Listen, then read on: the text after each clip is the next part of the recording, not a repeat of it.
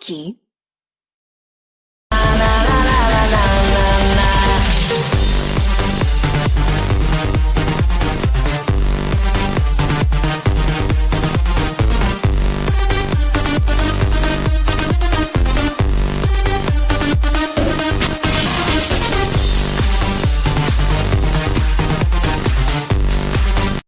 Likey.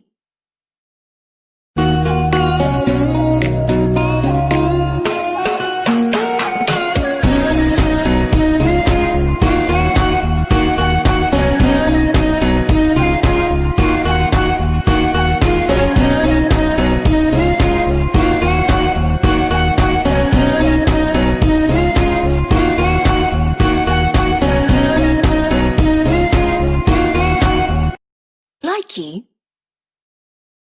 Em bước đi trong lặng im rồi, em bước đi trong lặng im rồi. Nơi về cuối con đường em đã quay bước đi nhưng không có chuyện gì. Vứt hết những niềm tin, con đường chia hai lối, hai đứa hai nơi. Thật ngu ngốc khi đã cho em biết quá nhiều về anh, để rồi em buông mọi thứ, buông xuôi vào. Likey. Có cô gái làm dịu em hồn đã dẫu không có đôi mắt giống mùa thu. Câu chuyện đáng lẽ xa xôi, niềm riêng không ai nhắc tới, nhưng rồi ngân cánh xa khơi. Một hôm cơn mưa dẫn lối, thấy cô gái nằm ấy khiến không thích như lúc đầu.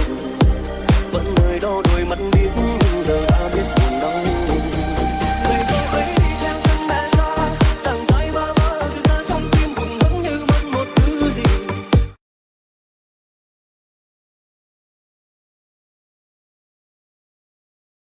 Likey.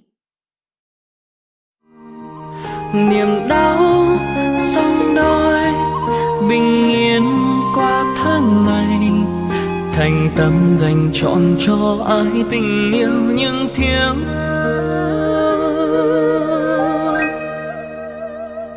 Vì ta thương quá nên đem sai lầm xin cho qua em. Bằng lòng ta đã yêu người, dù cố gắng cười nhưng mà hàng đêm.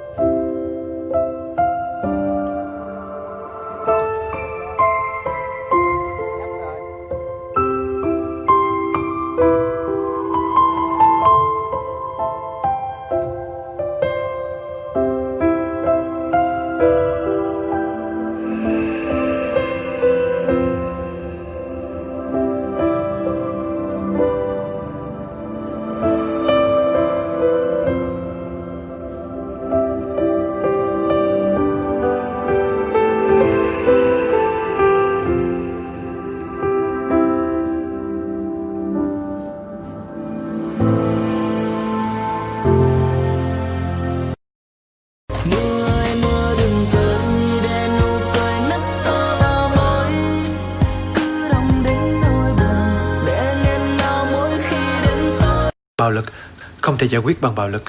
Vì em đã khóc thật nhiều từ lần yêu đầu tiên.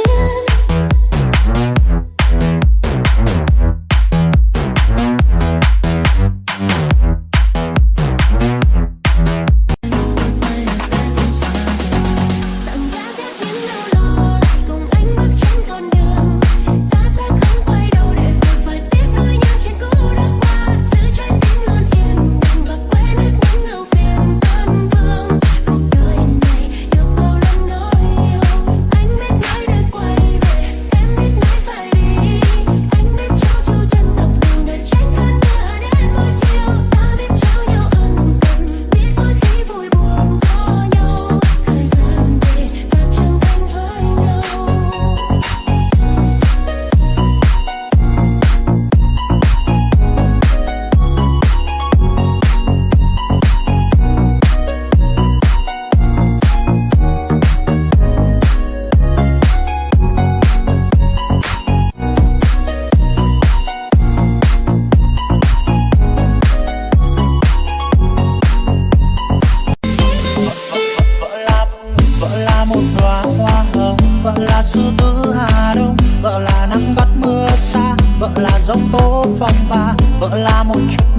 say, vợ là hơi ấm bàn tay, vợ là áo mây bay làm lòng anh ngất ngây, vợ là bác sĩ chân ta, vợ là nụ là hoa, là một khúc dân ca la la la la la. Vợ là cả những vần thơ, vợ là cả những giấc mơ. Vợ ơi vợ ơi vợ ơi, anh yêu vợ suốt đời.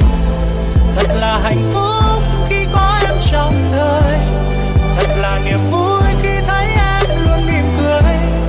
Chẳng có gì bằng đâu em khi chúng ta bên nhau, cùng xây hạnh phúc trọn đời.